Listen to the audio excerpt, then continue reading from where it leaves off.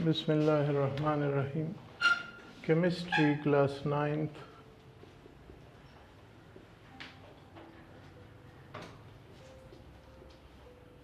Unit 4।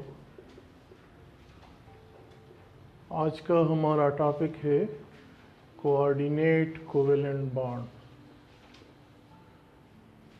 Coordinate covalent bond, तो जैसा कि नाम से जाहिर है, बेसिकली ये बॉन्ड जो है ये भी कोवेलेंट है।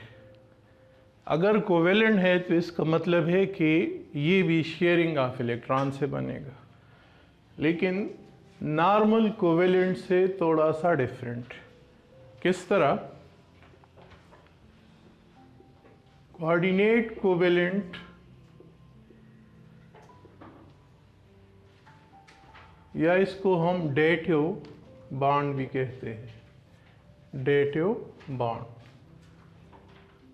इसको अगर हम डिफाइन करना चाहे तो इस तरह से डिफाइन कर सकते हैं। It is a special type of covalent bond in which electrons are shared by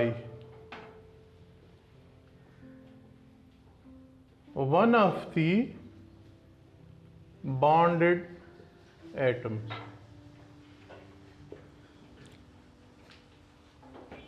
अगर आपके जहन में हो तो कोवेलेंट बॉन्ड की डिफिनीशन हमने इस तरह सीखी कि that type of chemical bond which is form by the mutual sharing of electron. यहाँ पर हम म्यूचुअल शेयरिंग नहीं कहते हैं। इसकी कैरेक्टरिस्टिक जो प्रॉपर्टी है वो ये है, that type of bond in which electron are shared by one of the bonded atom, that is called covalent bond।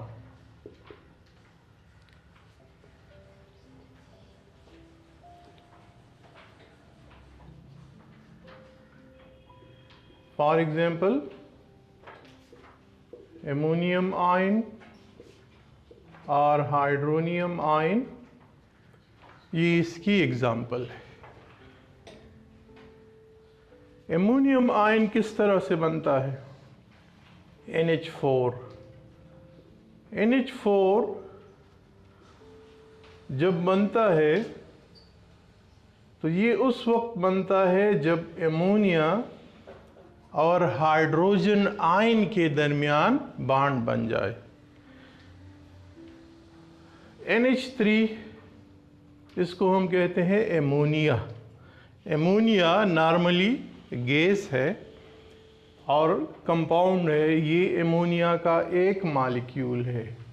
अगर आप इसको गौर से देख ले तो इसमें जो सेंट्रल एटम है दैट इज नाइट्रोजन।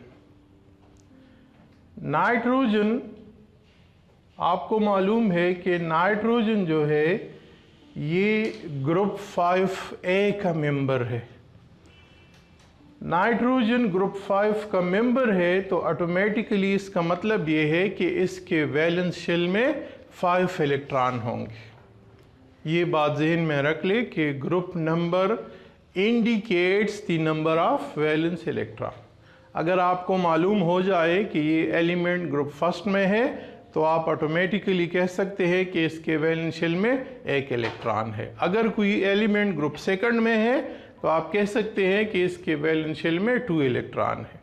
इसी तरह नाइट्रोजन ग्रुप 5 का मेंबर है तो इसका मतलब ये हुआ कि नाइट्रोजन के वैलेंस शेल में 5 इलेक्ट्रॉन है। अब according to octet rules nitrogen को 3 इलेक्ट्रॉन की ज़रूरत है। तो 3 इलेक्ट्रॉन इसको कहाँ से मिलते हैं? 3 हाइड्रोजन इसके साथ एक इलेक्ट्रॉन शेयर करते हैं तो इसका ऑक्टेट कंप्लीट हो जाता है। अब अगर आपसे कोई पूछे कि ना इस एमोनिया में कितने इलेक्ट्रॉन पेयर है तो आप कह सकते हैं कि एमोनिया में 4 इलेक्ट्रॉन पेयर है, एक ये और ये 3 पेयर है और एक इलेक्ट्रॉन पेयर ये है। अब दोनों में फ़र्क है। किस तरह फ़र्क है कि ये जो 3 है जो हाइड्रोजन के साथ इसने बॉन्ड बनाया है, इसको हम कहते हैं बॉन्ड पेयर। तो 3 इसमें बॉन्ड पेयर है और ये जो एक इलेक्ट्रॉन पेयर आपको नज़र आ रहा है, इसको हम कहते हैं लोन पेयर। Lone pair. तो ये लोन पेयर जो है, अगर इसको हाइड्रोजन इस हालत में मिल जाता है आयन की शक्ल में, तो हाइड्रोजन जब आयन की शक्ल में हो तो इसका मतलब क्या है कि इसके पास एक इलेक्ट्रॉन भी नहीं है। इसलिए कि नॉर्मल हालात में हाइड्रोजन के पास एक इलेक्ट्रॉन है, लेकिन जब एक इलेक्ट्रॉन भी हाइड्रोजन लूज करता है तो इस पर ये पॉजिटिव चार्ज आ जाता है। लेकिन इस हालत में हाइड्रोजन के पास एक इलेक्ट्रॉन भी मौजूद नहीं, और इसको अपना डॉपलेट कंप्लीट करने के लिए कितने इलेक्ट्रॉनों की ज़रूरत है? 2 इलेक्ट्रॉन इसको चाहिए।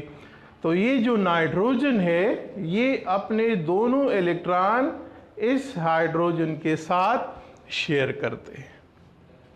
तो एज ए रिजल्ट क्या बनेगा? एमोनियम आयन बनेगा।